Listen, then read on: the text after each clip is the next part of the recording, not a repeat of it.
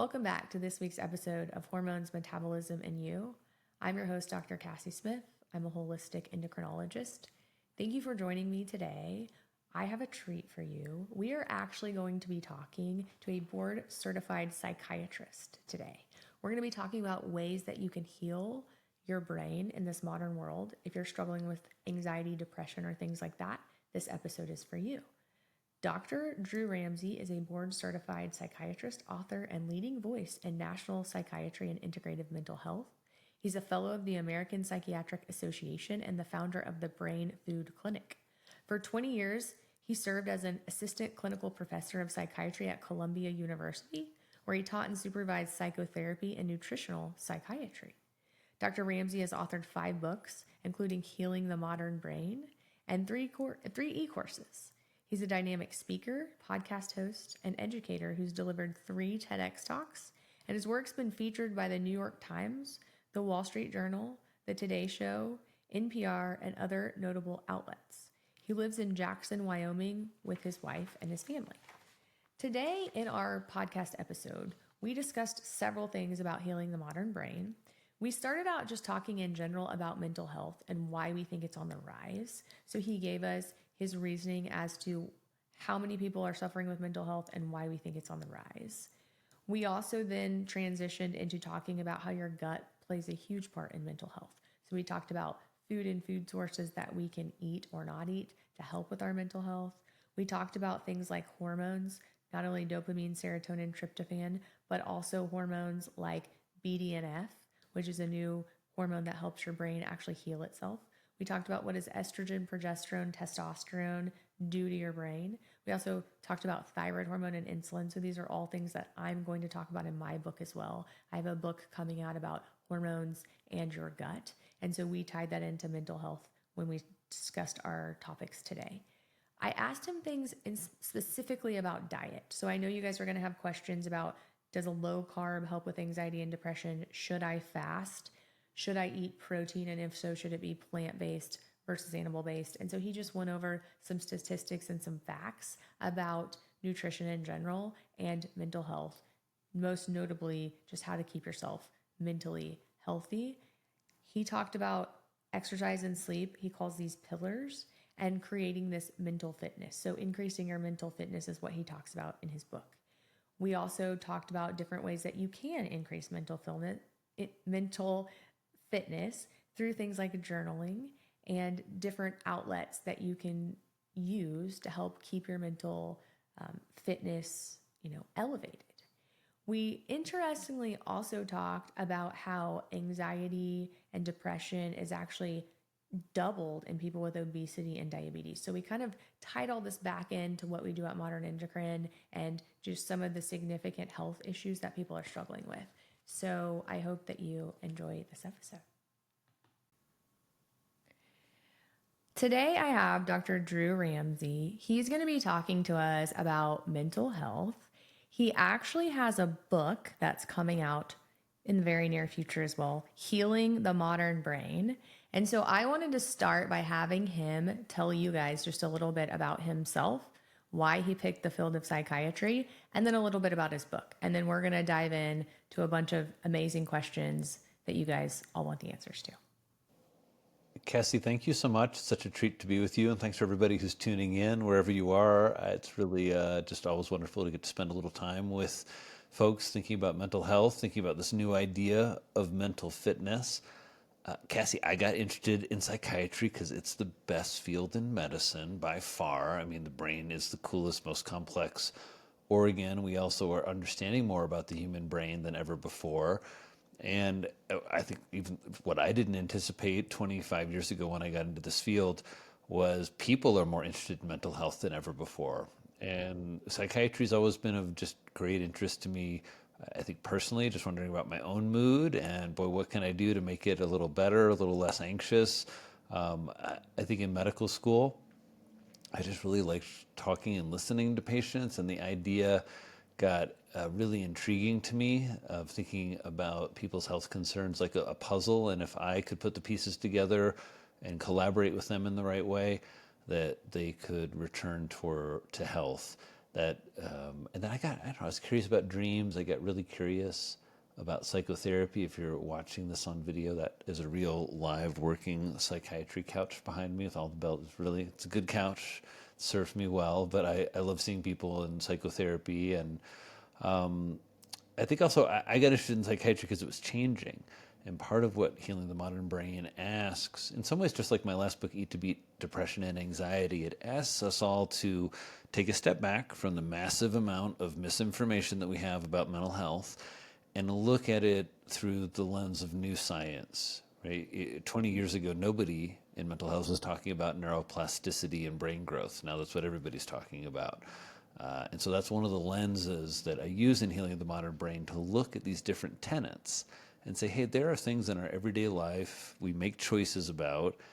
We don't make choices about those kind of with the right information. Like, hey, that choice helps your brain grow or makes your brain shrink.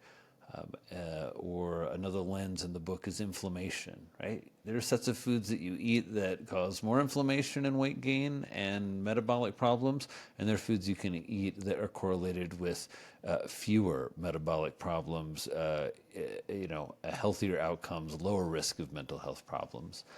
And so, that's a long-winded answer, but I'm into psychiatry because I love mental health. I love what I get to hear about in terms of people in really honest, raw, hard moments, and I like hearing that version of life. And then I guess probably the reason I love being a psychiatrist after all this time is just people are really resilient, and it always gives me hope to meet people often in very, very difficult situations, having really challenging symptoms, and to see them get better. It's just very inspiring. So that's why I like psychiatry. So I feel like you said a couple of things that kind of resonate with me. I joke with people that if I wasn't an endocrinologist, I would be a psychiatrist. Sometimes I feel like a psychiatrist, right? Because if you do listen to people and try to help them get better, especially with their hormones, then I feel like I do a lot of psychiatry type.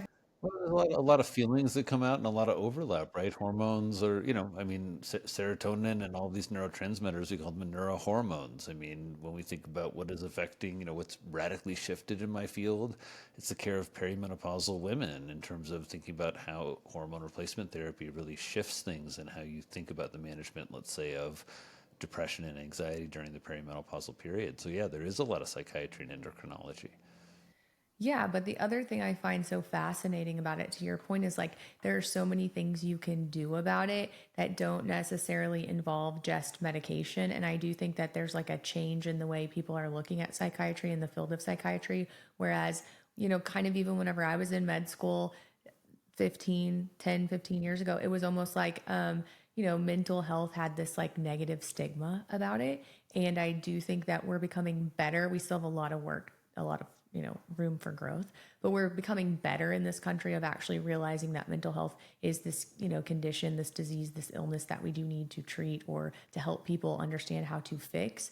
And then the cool thing is there are people like you who are showing people there are ways you can do this through lifestyle choices, right? Like through sleeping better, exercising better, moving better, just talking to yourself better, things like that. So it doesn't always have to be this prescription, which is what I love, because I feel like, although sometimes those prescriptions are needed, a lot of the people that listen to this podcast will tell you, well, I want something that doesn't necessarily require a prescription, right? And so, but there's all this data out there, all this, and it's like, what is true, what is not true, what do we need to do? So I like that you've kind of compiled all this to people all of this for people. And the fact that you do it talking about the modern world, I think is fascinating and amazing, because I do think my life, my brain, just the things that go through my life and my brain every day are so different than 5 years ago, prior to the pandemic. Like if you think about right now, right, 5 years ago, we're recording this the last week of February. 5 years ago, we had no idea what was coming, right? Like this was right before the shutdown. And so just everything has changed a lot, and that affects your mental health a ton. Oh, it really does. And thanks for picking up on that theme in the book. People ask, like, what do you mean by the modern brain? And I'm like, what do you mean? What do I mean? Like, you know, like you're feeling it. I don't want to say that, hey, everybody has a mental health problem. I think people get annoyed when everything gets called depression, anxiety, trauma, PTSD. And, some people really have those conditions and maybe some people don't. But I really wanted to transcend that argument. Like, I don't care whether you have it or not. I think the modern world is causing stress and causing a set of mental health problems like never before. And we can argue all kinds of ways about how that's happening, why that's happening, how much of it is something in our food, how much of it is digital media, how much of it is a loss of maybe some type of family values. But for me as a clinician, my job's getting people better. And so and I'm curious about where things come from for sure. I mean, that's probably, we do a better job of understanding root causes than anybody in medicine and psychiatry. People will say, well, how is that given we don't exactly understand the root causes of a lot of these illnesses? It's like, because we sit and listen and hear more than anyone else in the field of medicine just by virtue of what we do. And so I think that there's, as you said, a lot that can be done and a lot that affects our mental health, sometimes that we don't think about, or we just haven't like updated our knowledge. It's like when people are still talking to me about serotonin, it's like, I love serotonin, but I love serotonin like I love Madonna. Like when Just Like a Prayer comes on in the grocery store, I sing along. I'm a fan. When she shows up in a movie, I'm a fan. But there's a lot of other musicians that I like since the 90s. A lot. And my tastes have evolved, and there's a lot more on my playlist. And that's kind of how I feel about serotonin. Like, I love serotonin, very cool molecule, very misunderstood, super cool neurotransmitter, very involved in not just the regulation of mood, but intelligence, sex drive, appetite, sleep regulation, cognitive kind of focus. I mean, so much going on with serotonin. But again, I don't want to have a conversation about mental health these days starting with serotonin like I do in Healing the Modern Brain. I want to tell you about my favorite brain molecule, BDNF. That's the molecule of hope right there, because that is in our brain and it causes our brain to grow, causes us to give birth to new brain cells. Hubba hubba. Who doesn't want? I mean, I think, Cassie, a little younger than I am. I mean, you're my age, boy. You want more brain cells. It's like, what do you want for breakfast? It's like, I'd like some more brain cells. In all seriousness, note, what a cool idea that there are things we can do and we can engage in our daily life, right? Everybody knows, right? You exercise more, you eat a more Mediterranean style diet, you get good quality sleep. You have more of this stuff called BDNF, like flowing through your veins. Is it a perfect biomarker? No. But just as a concept and something, again, where I feel empowered, what helps me get out and exercise, what helps me choose that avocado over the black and white cookie, because they're right next to each other in our house. It's hard for me. It's hard. Right? I'm thinking, okay, I know enough about sort of the neuroplasticity and what's happening to help motivate me to make those choices that I think, over the long term, and the research really make a difference. Just there's this great study looking at MRI scans of people who are in their early 60s, and they looked at the folks who are eating a ultra-processed food diet compared to the folks who are eating a more like Whole Foods or Mediterranean or traditional style diet, right? More real food. And it's just really obvious. Over 5 years, you just see the people who are eating real foods, their brains, particularly in this area of the left hippocampus, which is the part of our brain that continues growing in adult life, it's just bigger, like measurably, statistically significant bigger when you eat whole foods. And that's just one of the tenets. So, it's to me, as you can see, I get kind of bubbly and excited about it because it's like, hey, there's like a new set of real science and understanding us. It helps us make better choices and also helps us invest in the activities that help our mental fitness stay strong and resilient. Okay, so now I have additional questions for you, but I want to start with this one. So, why do you think mental health is on the rise? Do you think it's really on the rise, or do you think that now it's not so much of a stigma to talk about, so we see it more in people? That's my question, because I feel like when I was in school, you know, early 2000s through graduating 2011, and then like I feel like people always had it from what, maybe I'm just easy to talk to. I'm a good listener. I'm like you, like I love to listen to people. I can get a lot of people tell me, my patients tell me all the time, like, you're so easy to tell things to. But I feel like even in early 2000, way prior to COVID, there was a lot of mental health. It was just sort of like there was a stigma. So it's like people maybe didn't talk about it as much. So do you think that there's actually more of it, and probably so post COVID, right? Because of trauma, or is it just that we're talking about it more? And if there is more of it, why do you think there's more of it? I think there's both. Let's take something like adolescent depression. So 2004, 2005, like when I started doing psychiatry, about 8% of our teens had clinical depression every year. 10 years later, that pops up to 14.1%, and today it's 20%. 1 in 5 teens have depression. So that's changing faster than we can account for simply with increased awareness. Certainly increased awareness is part of it.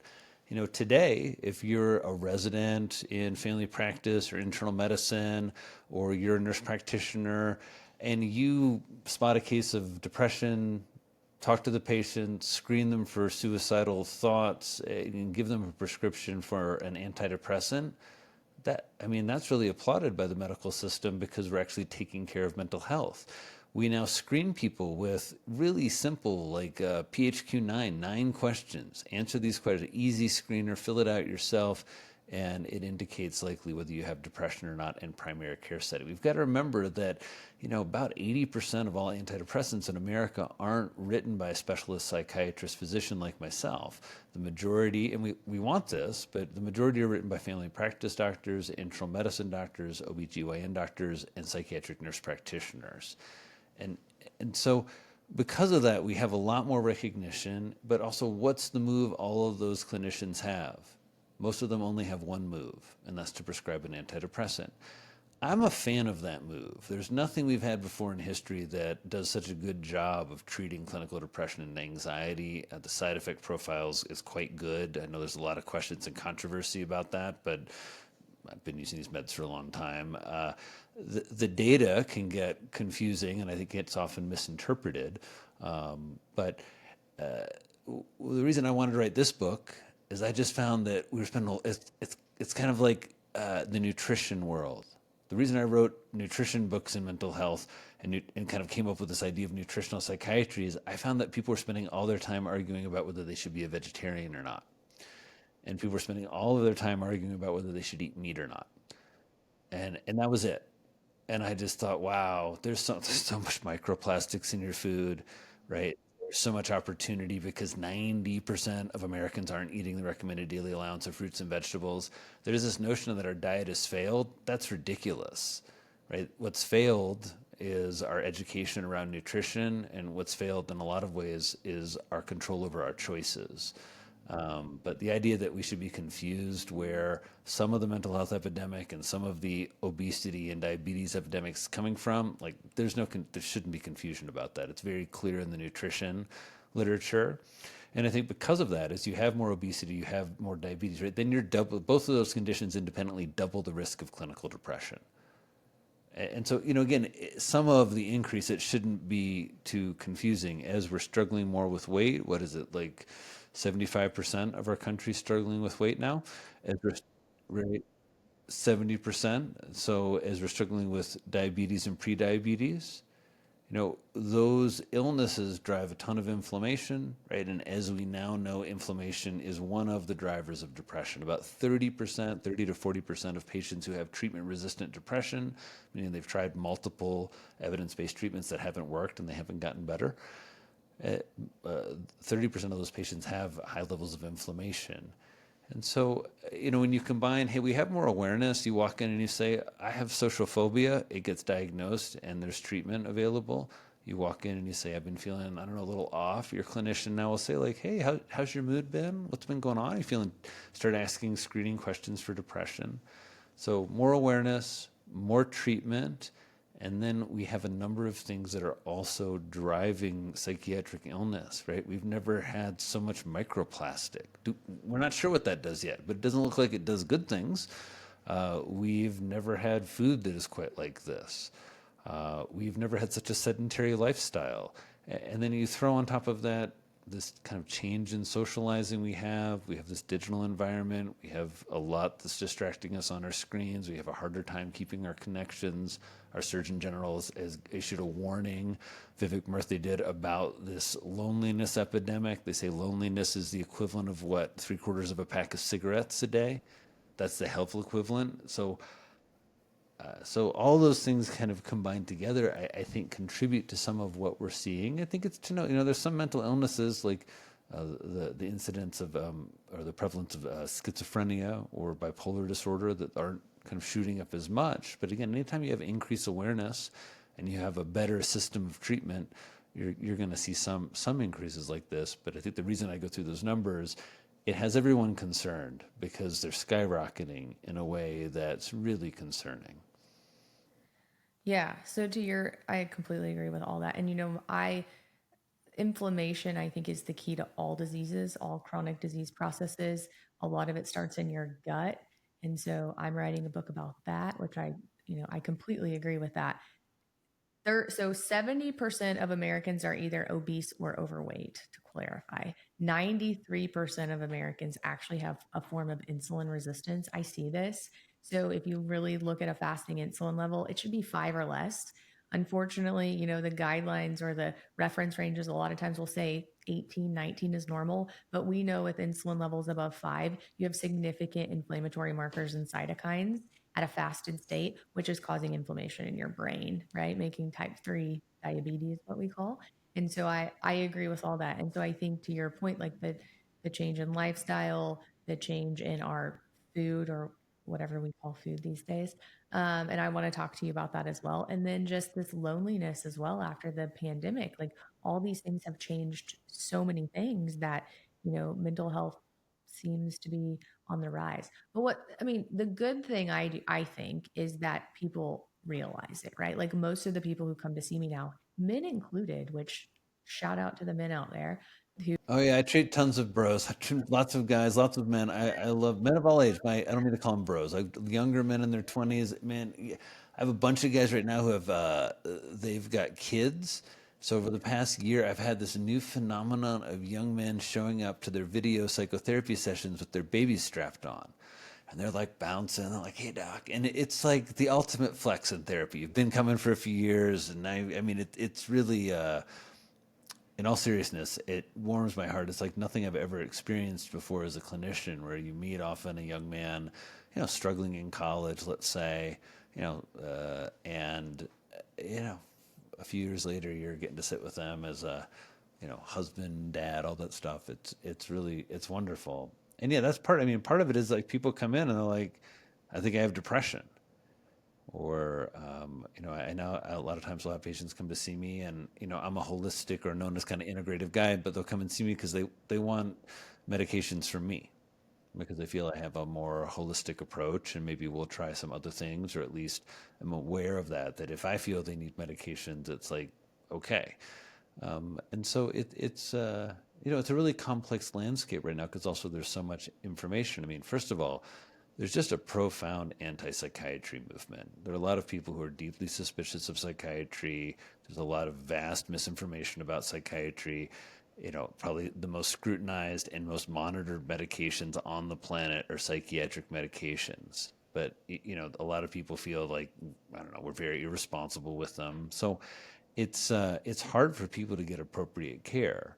And in that context, we also have, not just do we have more treatment and more diagnosis, we have a lot more mental health disability than we've ever had before. But let's talk about positive stuff, Cassie. It's like, ugh, I mean, it's really frightening, and I think it's important to go over. I think, again, the book comes from this, which is to say, if we're in this model where it's like helpless, this mental health epidemic's coming for us, right?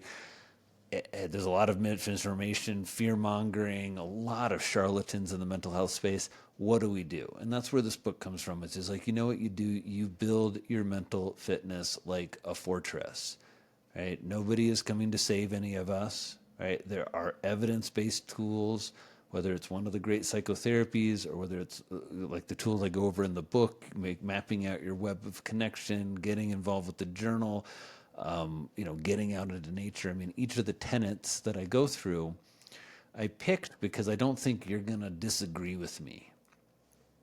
we've all experienced it. It's like I serve you great healthy food for a week, like the best stuff.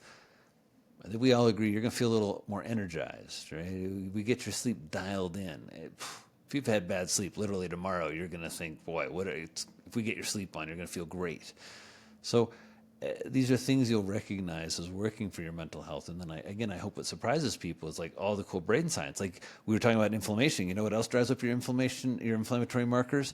Being socially isolated. Like if you don't go out on a Friday night, I mean, I'm all for people taking the night off, et cetera. You don't always have to go out. But if we isolate, you don't socialize, it's like bad for levels of inflammation and it decreases the diversity of your microbiome. Who knew? Like, who knew? It's so wild that there's this kind of final common pathways of neuroplasticity, inflammation, and this new science of the microbiome in the gut and how it relates to mental health. So speaking of decreasing your gut diversity and microbiome, why do you think, or how does gut health play a part in mental health? So like you mentioned a few things, but and I talk to people about this all the time, like what you eat, your point of like eating, a lot of fruits and vegetables, also fiber. Fiber is key. No one in this country gets enough fiber. Nobody does, and no one thinks about it as a mental health nutrient, right? You ask people like, what's a good nutrient for your mental health? Everyone's like omega-3 fats, B12, magnesium, but nobody's like fiber. And I mean, fiber probably is one of the most important nutrients for your mental health and your gut health. And yeah, last was 68% of Americans don't meet the recommended daily allowance. And again, to that note, I don't find that people also know their top source. It's easy to say like we need more magnesium, but there's so much, like people spend endless amounts of time on Instagram trying to figure out which form of magnesium to take: glycinate, sulfate, threonate, but none of us know the top food source of magnesium, right? Or what are your top 3 food sources? Or what are just like some go-to everyday magnesium sources that you like to eat? Or which seltzer? Like everybody likes seltzer. One of them has more magnesium than the others. Which one? None of us know these very basic questions to one of the most important minerals that the humans eat. Potassium is my other favorite one, right? Besides banana, it's like mystery nutrient. It's like one of the most important minerals in our body. Nobody gets enough of it. And it's like, where else do you find it besides bananas? And it's like, well, what do you do if you don't eat bananas, right? It's just white beans, by the way, is the answer for potassium. But just some of this basic nutrition education, it's like if you had a Ferrari in the garage, I don't know, it's probably got some special things it needs. You'd probably at least check in on that, or I guess if you have a Ferrari, maybe you have a staff to check in on those things, but you wouldn't just ignore it, and so, and not to get on a little tirade about nutrition, I think we overcomplicate it. There's some foods that have more of each of these nutrients, and just like with these other tenets besides nutrition, there's a set of behaviors that just pack more punch when it comes to improving your mental health. And so again, so many people I think are just spending time on the wrong things. I would agree with that. I think, yes, to your point, fiber. I have a list on our website of just my favorite fiber-rich foods, and fiber, like foods and how much fiber they have by content. And when you ask people, because I talk to people about fiber all the time, well, what foods do you have that have fiber in them? The only answer I ever get from anyone is like, well, I eat chia seeds. And I'm like, okay, well, what other foods do you eat that nobody knows that avocado has fibers, Oh, raspberries avocado, have dark chocolate avocado has a holds, ton of fiber. yeah, Or fiber. lentils, because I say lentils Yes. on every podcast I do because lentils are so Mhm. incredible. They're so easy to cook. They're so amazing for you. Right. Um, Well, raspberries have a lot of antioxidants too, and so they actually have, blackberries do too, but raspberries have a ton of fiber. I love avocado, wonderful source of fiber, and so just like there's so many things. And all the beans, don't forget the beans, so amazing. Everyone's like, oh, they make you fart. And it's like, yeah, if you eat more of them, you have less of that problem. And also, wow, that's kind of what happens when you eat fiber is you have a little bit of gas. And in fact, if you don't have any gas, it's a little bit of probably a problem. So more fiber. I think we agree for that. And I hope, and I bet everybody listening knows something about that. It's just, again, one of those simple things. Think about what you ate today and yesterday. Just kind of go through it: breakfast, lunch, dinner, and snacks, just kind of in loose form. And, how many plants were on there? And I start seeing myself, all the great little moves that my wife makes that I'm very grateful for. But things like yesterday, there was like a bunch of celery and cucumber spears laid out. Just as we're like, getting dinner ready and just sitting on the table, a little salad dressing, a little olive oil to dip it in. Man, I ate so many of those. It was so good. I just kind of had one of those days where I had the healthiest eating day. I think it skipped lunch. And so, just little thing, more veggies, more seafood. I have my little rhyme, Cassie: seafood, greens, nuts and beans, and a little dark chocolate. Seafood, greens, nuts and beans, and a little dark chocolate. I like it.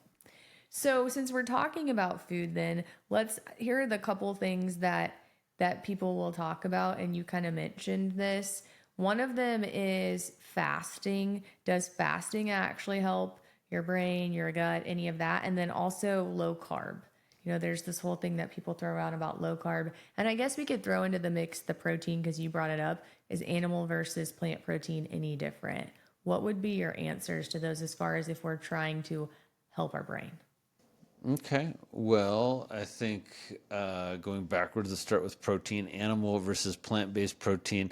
You want to have a complete protein. So if you're mixing your plants together in a way that's giving you all the amino acids, I'm fine with that. I treat lots of vegetarians and even some vegans, supplementing B12, maybe supplementing some minerals, which most vegans already do. That usually gets folks there. I mean, it is to note that there are some large studies that have shown people who follow a plant-forward or vegan diet are more susceptible. And in some populations, like there was a study of British vegans, and 52% British vegan men, 52% of them had frank B12 deficiency. Another 21% had B12 insufficiency. So they're just like on the low end. So 73% of that population had problems with B12. Just as an example, a lot of vegans I treat these days or consult with, they know about this. They're taking their B12, they're having their levels checked regularly. So I think there's also lots and lots of controversy and talk about the environmental impacts and the difference. I think a lot of times people are comparing, a conventional steak, let's say, or hamburger with maybe not, a regenerative hamburger compared to tofu, compared to Impossible Burger. So again, it can get very confusing. I tend to tell people to keep it simple, and the science seems to be clear that it's a diet that you can stick to and that matters for weight and weight loss. Doesn't matter if it's vegan or Mediterranean. If you stick to it and are in a caloric deficit, you'll lose weight. Cassie, I'm forgetting your first two questions. Oh, that's okay. So what I hear so far is that you want to make sure your protein is fully sourced, meaning you're getting all the amino acids. So sometimes that's difficult to do if you just eat plant protein. Now, to be fair, there are ways you can mix certain plant proteins together and get all your essential amino acids. One of the ways is corn and black beans.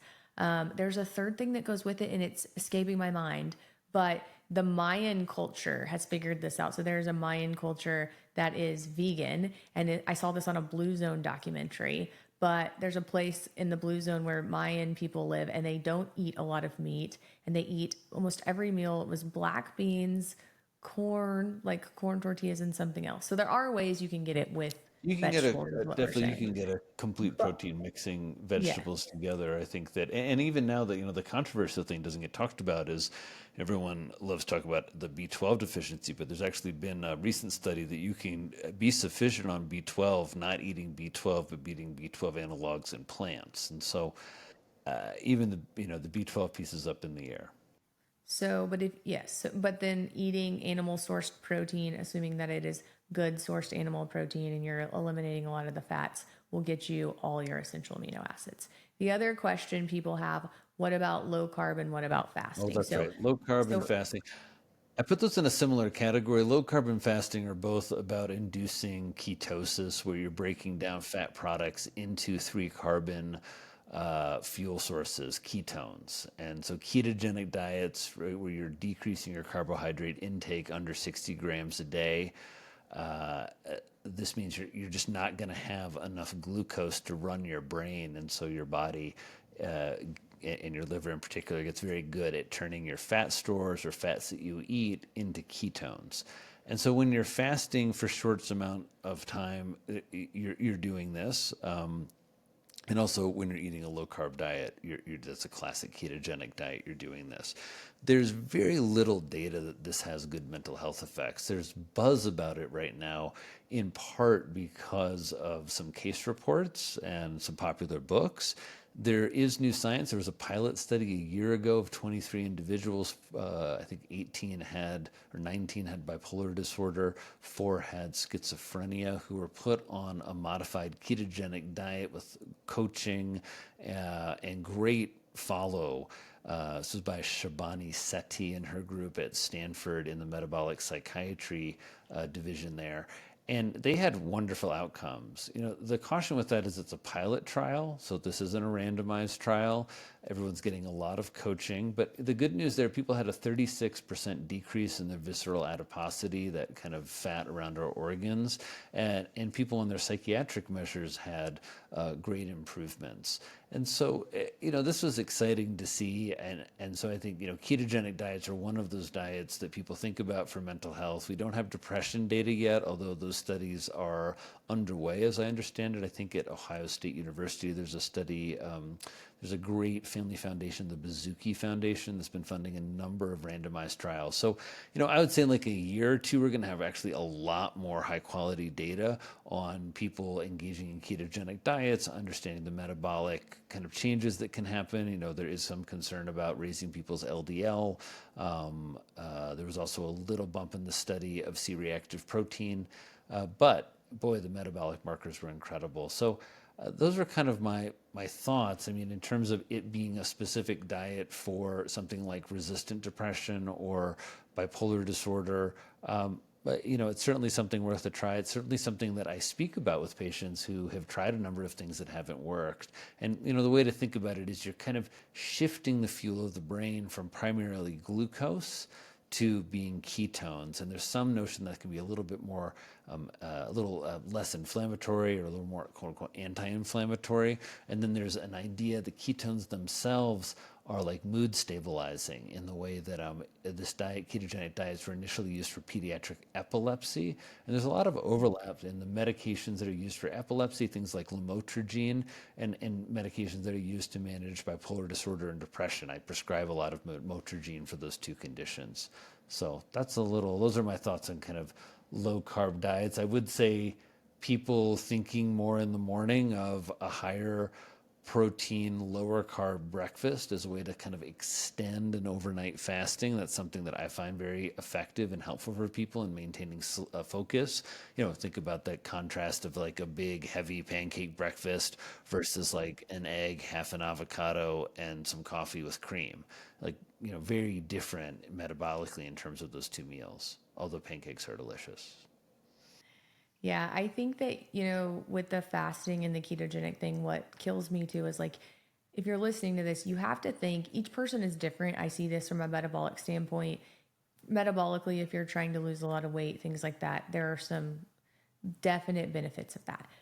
When you take these things to extreme, though, especially women that are still cycling, that's where you can get into trouble. So women are not men, and men are not women. And a lot of times studies are done on men. And so what I see is the women who try to do this and try to fast, 18, 20 hours a day in their, the back half of their cycle, or their follicular phase of their cycle, when their progesterone's supposed to be high, they start messing with their hormones. And so I just think, that's what's frustrating to me in social media, is like, oh yes, everyone should fast. Everyone, like, it depends. It depends. Yeah. It depends. It It depends on how depends, well and your also it's adrenal also is an working. It easy depends on way. how well your thyroid is working. It depends on where you are in your cycle if you're a woman. Men are very different. Well, it's And also easy to so, back into an eating disorder, right? I mean, it's easy to call it fasting and just have people who aren't eating enough. And I also, again, that for everyone listening, that notion of sustainability. Now, the foods I recommend, I was eating 10 years ago, I'm eating today. I can't imagine I'm going to stop eating, because they're foods that humans have always eaten. And, that I feel they're working because, I'm in a healthy spot. If you're not in a healthy spot and you look at your plate, you look at your fridge, and there's a lot of processed food, there's a lot of stuff with a lot of ingredients. You're looking at your plate, it's not a lot of vegetables, or you eat a lot of vegetables, you're always hungry. You're missing food categories, like you don't ever eat fermented foods, or you haven't eaten any seafood for a while, even though you like it. We're focused on food, but I hope with all of these tenets, like with food, what I just listed was a bunch of opportunities. And I think often it's really portrayed as, horrible, shameful, failures where we're not doing this or not doing that. And I don't want Healing the Modern Brain to be a book that invokes that. I want Healing the Modern Brain to be a book that allows people to think about and assess where they are. The first tenet is self-awareness. And that's because I find so often we have what in mental health we call an externalizing stance, where we're really looking towards others, towards institutions, towards practitioners to, in some ways, have a kind of magic solution. And sometimes we certainly have some insightful ideas. Certainly I have a variety of foods and interpretations and medicines and supplements that, can feel like magic when they work and they're a good fit. But I also think there's just so much that we all can do, and it's really hard to know what's the right next step sometimes when we're struggling with our mental health. And that's where, again, building more robust mental fitness and then thinking about these tenets, again, principles that we agree on. Like we all know that more self-awareness is probably good for our mental health. We all know having more connection and more time in nature and better sleep is good for our mental health. And so asking you to really focus on and tackle these issues one by one and create a life of mental fitness is really the hope of the book and how it'll affect you. I like that. So create mental fitness. So I want to kind of transition to something different besides food. I want to talk about hormones for just a second and how hormones can help you heal the modern brain. And when I say hormones, I'm not only talking about things like serotonin, dopamine, tryptophan. I want to hear more about this hormone that you were talking about, the The BDNF, BDNF. brain-derived Yes. neurotrophic factor. But then I also want to talk a little bit about estrogen, testosterone, progesterone, thyroid hormone, insulin, things like that briefly, because I want somebody to hear, I want my listeners to hear it from somebody like you and not just me. So let's start with like estrogen, testosterone, progesterone. Do you feel like those hormones have a beneficial role in brain health? Yeah, I mean, I think those hormones have a huge role in brain health. When we look at something like estrogen and progesterone and just the way that there's been such a shift in the literature and kind of how we treat women over the past really just 3 years. And so it's been very interesting then as a psychiatrist having a number of my patients who have been struggling with depression, anxiety in the context of perimenopause go from maybe trying therapy or an SSRI or mental fitness and lifestyle changes to now having access to things like hormone replacement therapy where they're getting estrogen and progesterone, and also having this new class of medications, the GLP-1s, where people are going from really having a lot of food noise, just a lot of struggle with food and eating, to losing a lot of weight and not feeling that noise, and having those same medicines actually help a lot of people with alcohol and alcohol craving. So it's you know I think hormones certainly play a role. I think there's a long history in male health, and I'd say even in male mental health of probably thinking like testosterone is like the master controller, in a way that it's not very clear in the data. We generally don't use a lot of testosterone when treating depression, although sometimes we know that testosterone in men drops. I think it's 70% over like the decade 50 to 60. At least I've seen those statistics. I think that certainly the message that hormones play a role in our mood and our mental health is clear to every woman listening, as you all have more of a hormonal cycle, and whether it's cognitive clouding or just certain thoughts that I treat a lot of women where it's like a couple of days of their cycle. It's just until you kind of have a sense of what's going on, it can just be very distressing, like really, really disturbing depression, tearfulness, suicidal thoughts even.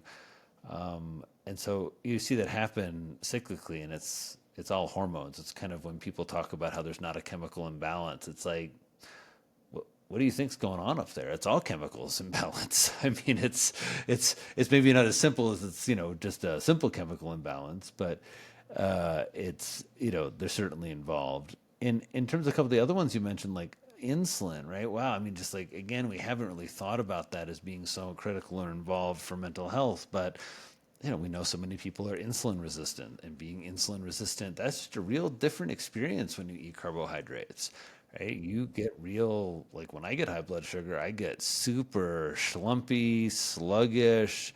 I'll just pass out and like kind of nod off. I mean, it's quite embarrassing. I get moody. So, I think what people probably need to hear is that when something is feeling off, we don't always know the root cause, but boy, there are some things you want to check off your list. Like if you start seeing me and you have depression, I don't really want to prescribe a medication until we know it's not B12 deficiency or your thyroid is off in some way.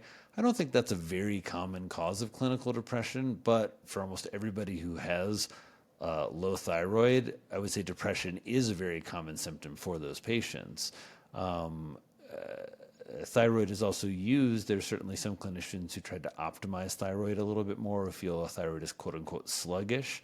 And so giving people thyroid hormone is, for some people, part of their kind of treatment depression protocol. I don't do a lot of that, but I certainly have some patients on a little bit of Synthroid or Cytomel. I think, and then I just think, as you said, my favorite one is BDNF, Brain-Derived Neurotrophic Factor, which is, again, just the idea that our body makes a neurohormone that causes our brain to grow and repair itself. That's awesome. I want more of that. And then to honor all these neurotransmitters. I feel like there's so much like BS on the internet of like, oh, depression's not a Prozac deficiency. And I'm like, what a stupid idea. I don't know who came up with that dumb idea. It's like that stupid, was it Thomas Edison quote? Like the doctor of the future will give no drugs. It's like, are you kidding me? Like, do you understand what Thomas Edison was looking at in terms of medicine? I think that was an Edison quote. And like, what a ludicrous idea. We're not like, what, we're not going to give any medicines? Like, why would we not give effective medicines? Why would we think about, I don't know, like a great example is hyperthyroidism, right?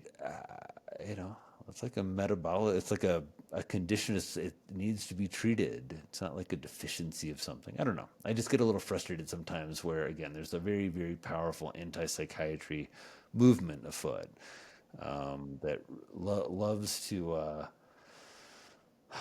well, I'm not sure what it loves to. It loves to not be accountable. So I think, to your point, I think sometimes when people are talking about that, the whole like not prescribing drugs, this is more functional medicine based providers. I'm more functional medicine based, but there is two different camps. Like there are types of illnesses that do require medications. I think there are a lot of illnesses or diseases or chronic issues that people get put on medications where we are masking root symptomology, things like Sometimes, that. I mean, Yeah. sometimes I And think there so is a kind of there's a problem that functional medicine has had, and that it often adopts an anti-psychiatry language, right? That medicines are toxic. I mean, I've seen a number of top functional medicine docs, like their first move is to stop all the meds. And it's so irresponsible when that happens. Stop all the meds and load people up with supplements. Now, that's also, I think, a very accurate critique that in a lot of cases, people are struggling with, undertreated prediabetes, weight gain, mild thyroid problems, and, a loss of connection. And, well-meaning clinicians can put them on an antidepressant and they just stay on it forever, and it's not clear how effective it is. So, I think there's certainly a lot of that happens as well. right. So I think to kind of recap from what you were talking about in general, a couple things. Hormones. So estrogen, progesterone. I saw 3 women today who we've put on hormones recently change their mood, anxiety tremendously. So I do think that we know that estrogen helps with blood flow to the brain. We know that progesterone helps with your mood and also your sleep. When you're in a better mood and you're sleeping better, you are going to feel better. from your comment about testosterone, I also have seen a ton of men who do really well with testosterone. Now, the ones I find that anxiety and depression is helped a lot with testosterone are the younger ones. So if you have a 20-something-year-old, kid that doesn't have a lot of testosterone or has a level that's lower because of anxiety, gut issues, whatever. And a lot of times you can use Clomid in these kids, especially if it's a pituitary issue. You don't even have to give them testosterone. And I call them kids. They're adults, but they're, 20s. When you take a 20-year-old's testosterone from 300 to 700 or 800, their mood is drastically different. I also find a lot of times in, even in older men, depending on where they were at, as they lose their testosterone and how quickly they lose it, you can change anxiety, depression type feelings. And maybe with men, they won't say anxiety and depression, but what I hear from my patients, men, is I don't want to get off the couch. I don't want to play with my kids. I don't want to take walks with my wife. They don't want to do things that they used to do with their family that made them happy. In my mind, that is a form of depression. In a lot of men's mind, that is not. That is just, I'm tired. And so I do see that testosterone helps. I do see there are a subset of patients with significant hypothyroidism that can get depressed. And so in those people, fixing that helps. And to your point with insulin, patients with insulin resistance, their brain doesn't work right. They're foggy, they're tired, and so in all those conditions with all those hormones, I'm not saying that that's always the fix all be all. And to your point, I do think there is a subset of people who do need good psychiatric medications, and somebody like yourself.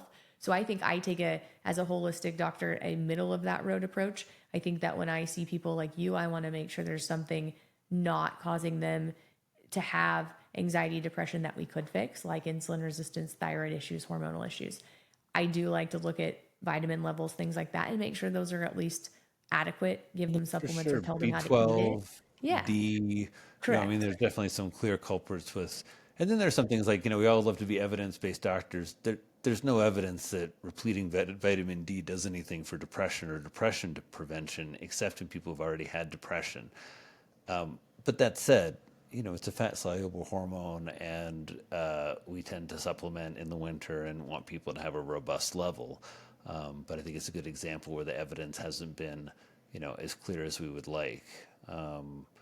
So it's but there are a number of things we definitely want to check and rule out. And, I think psychiatry has always tried to do that at its best. I think, as you note, there's maybe a little bit more complexity now medically in understanding what's going on with someone's metabolic health. And then, there's, as I said, there's just a lot of suspicion. I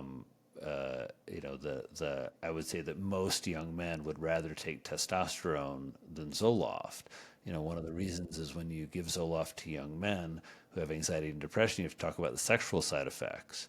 And, selling that is sometimes a little hard. That said, what's one of the top medications that's given for HIMSS?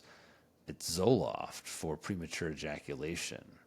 And so, in certain contexts, these medicines are celebrated, and and in other contexts, they're really, I think, not. And so, but I think what is important, everybody listening, is that there's a lot of good options. Whether your depression gets better from an SSRI or psychotherapy or more mental fitness, or if appropriate, testosterone. Like, what's important is that you're treating your clinical depression.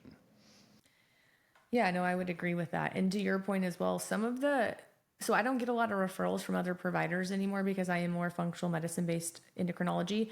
My number one referral source though is psychiatrists, because they'll send me people that have come to them with anxiety and depression who they want to just make sure they don't have any significant, hormonal issues, which I think is great.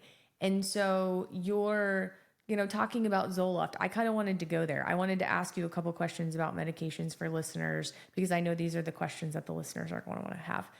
But before we start with that, you were just talking about Zoloft. And so that is true. I use Zoloft for premature ejaculation. Psychiatrists use Zoloft for anxiety and depression. Can you explain to listeners why one medication could be used for those separate things and cause different sexual side effects, so that people understand that? Yeah, so serotonin is really involved in sexual desire and climax. And so something that often happens is, when people are really, really depressed, they don't have sexual desire. They don't, have a lot of motivation or feeling like, excited and hopeful. So for patients with depression, a lot of times their sexual drive goes up on these medications. Over time, a lot of people will report sometimes, it's about a third of people, a little diminished sexual drive. And for men, there can be a delay in orgasm. Not for all men, but for some men. And so instead of finishing kind of quickly, like a few minutes, it maybe takes a little longer. And uh, this can really help, especially if young men are struggling with their confidence and just not feeling a lot of prowess in the bedroom or new or just an anxious kind of person. So that's how it works. A way to think about this again is serotonin is very involved in sex drive, climax, cognition, creativity. When people talk about how, oh, it's not about chemicals, it's like, I don't know, you see people in low serotonin states or in the midst of a depression, they have a very different feel. Their thought patterns are different.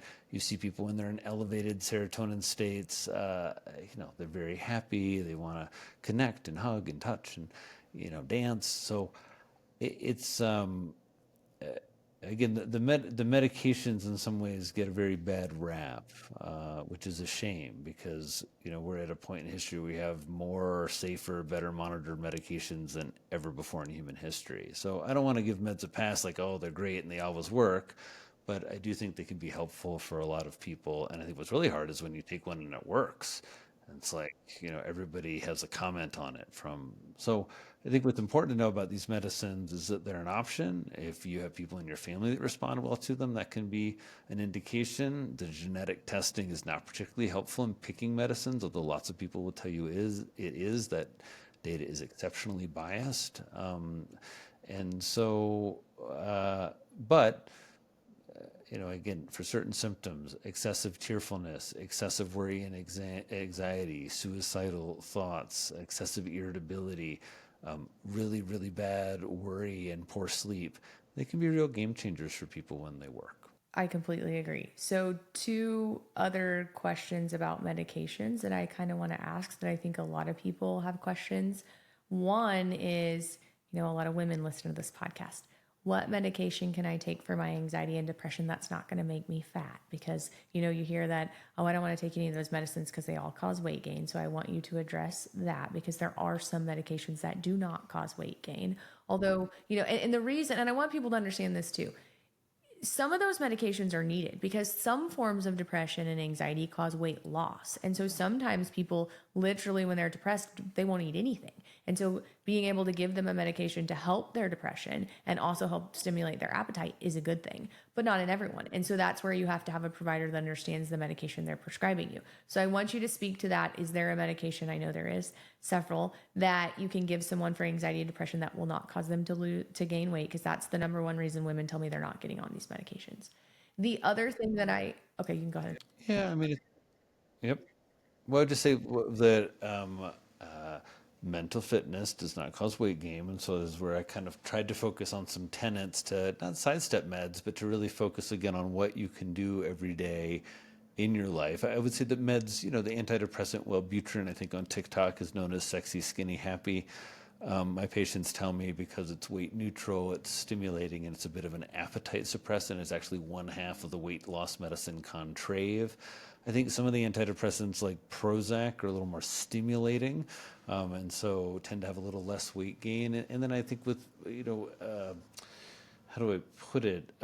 When people are feeling better, it's much easier to be more active. And then I also remind people, it's not forever, it's a trial. I think the major barrier we see is people don't know whether meds help them or not because, everyone gets very critical, like, oh, it's trial and error. It's like, folks, everything about our health is trial and error. It's not like you go on an antihypertensive and it's always perfect. You try it and it's like, oh, I feel a little tired. Okay, you try a different one.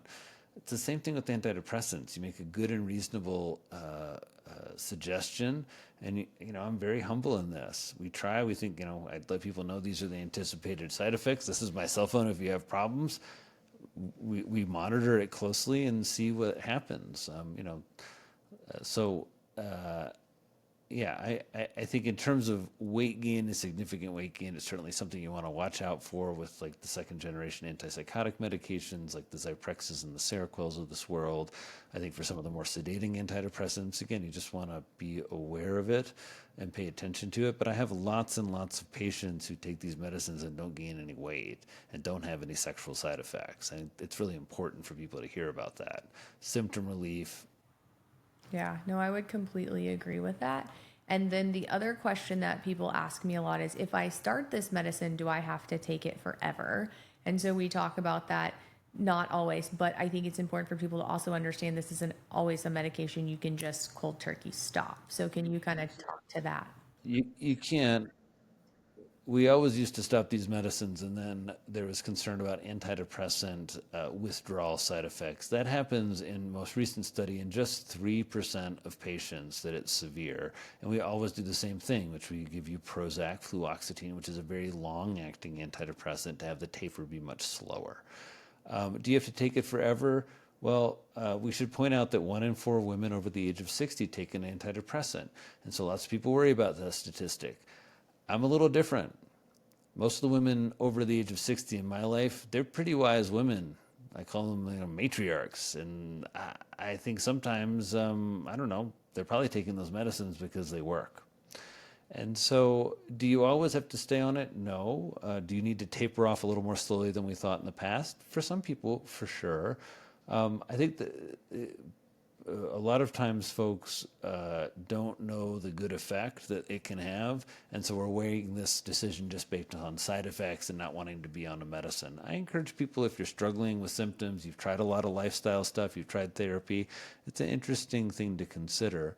I feel like we're talking a lot about meds. Now I'm about to talk about like psychedelics and ketamine and all the new meds and SNRIs versus SSRIs. And I always encourage people, like, just going to see somebody and talk about it, or asking people, talk to a healthcare provider with mental health training about your symptoms and your history, and ask them what they think. And, get an opinion. I mean, it doesn't mean you have to. People come to me and is like, I don't want to tell you all this stuff and then have to take a medicine. It's like, that's why it's called voluntary treatment. Like, I just have So I want to recommendations. go back really quick to BND or BDNF. Where's that made? Is that made in your gut? Is that like No, BDNF's made in the brain. And so the brain makes BDNF.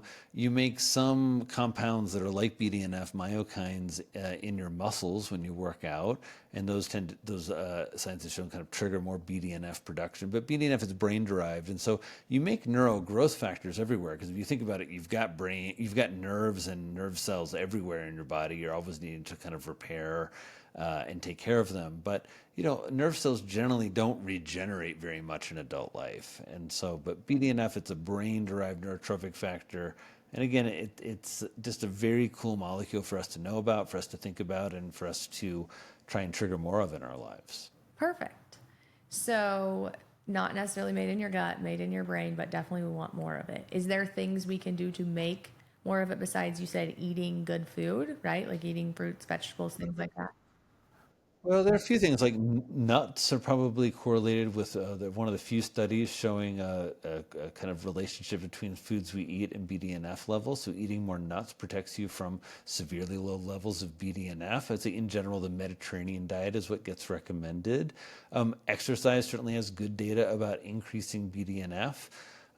And I think a number of the things we talk about in the book, the tenet of connection, is really important. There's even some data looking at purposefulness and there being more nerve growth factors when people have more intention in their lives. And so all of the tenets really are the way the book is organized is kind of looking first at what is neuroplasticity and BDNF and explaining that, and then going through the different tenets, really explaining some of the research behind how that tenet is connected to things like more brain growth and more BDNF.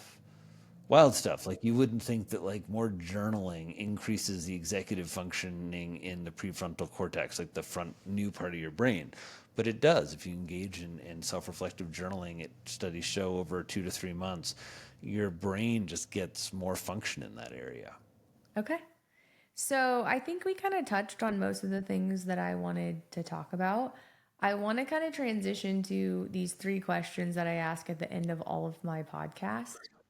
And don't overthink them. Super easy, but people love this part. What is one food that is most beneficial and why? And let's say for brain health. Yeah, I think the food that people are missing that's most beneficial for brain health would be sardines because it's low cost, especially for women. It's very high in calcium and it's high in the omega-3 fats. And I think it's a good example of a food that is easy, is inexpensive, and we just don't have a lot of recipes in our culture for it. So there's a great pasta con sardi recipe I recommend. I think it's up on my website, but you can also just Google it. But you know, the fatty fish, the small fatty fish, I think are my top recommendation in terms of just that's a food most people are missing. I think if I had a second one, it would be working your fermented food game. Okay, I've never had anyone say sardines, so that's a new one. What is one thing that anyone can do for their health that's 100% free? Let's say their brain. What is one thing anyone can do to improve their brain health that's 100% free? I like the one we just mentioned, which is journaling. And so there are a lot of journaling prompts in healing the modern brain, but you know, self-awareness is the first step to mental fitness, and journaling is a great way to get there. And you know, buyers, I like to spend a little money. So I buy a nice moleskin journal and I have these nice pens I like, but I try to do a And you're couple just pages a talking, are day. you just writing about how you feel, what's going on? You said there are prompts in the book, like different things. Yeah, I've got some prompts in the book. I tend to try and get my fears out on the page, my accomplishments. I try to if I have clear guidance for myself to put that down there and kind of circle it or bold it or to see if there are lessons from the day I like or that. for the day. Fears, accomplishments, and lessons. That's good. And then the last question that I have for you, what is one thing you wish you would have known about brain health that you would have done differently 15 years ago, personally? Um, I probably wish I would have stopped drinking alcohol earlier. I think we've gotten a lot of headlines recently about the cancer risk, but we've known forever about both the cancer risk of alcohol, but also just the mental health risk of alcohol. And I haven't had any alcohol for about 3.5 years now, and I didn't have a huge problem drinking. I just found that it became one of those things that most nights I'd be having a couple of IPAs.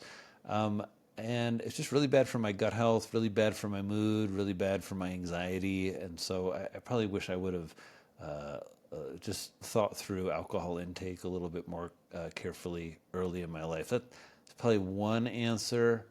And I think the other answer is I would have started using a sauna at night more because it's really helped me from with my sleep over the past year. Alcohol and sauna. So I would like you now to kind of let everyone know.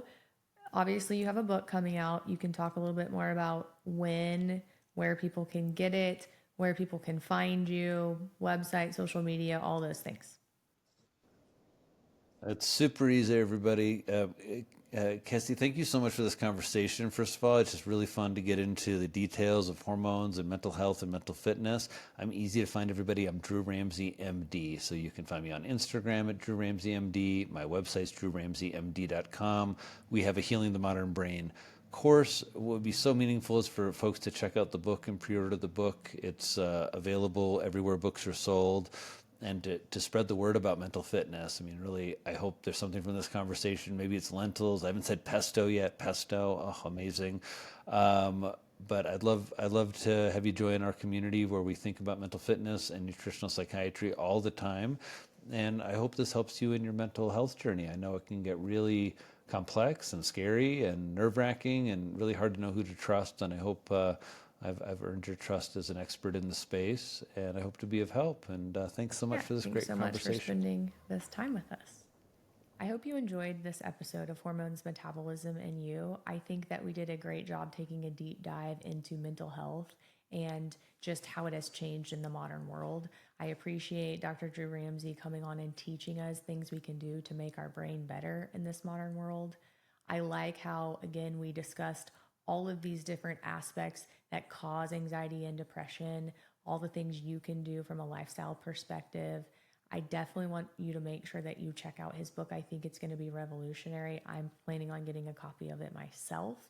I like how he talks about mental fitness, and I plan on using some of the prompts in the book to work on my mental fitness.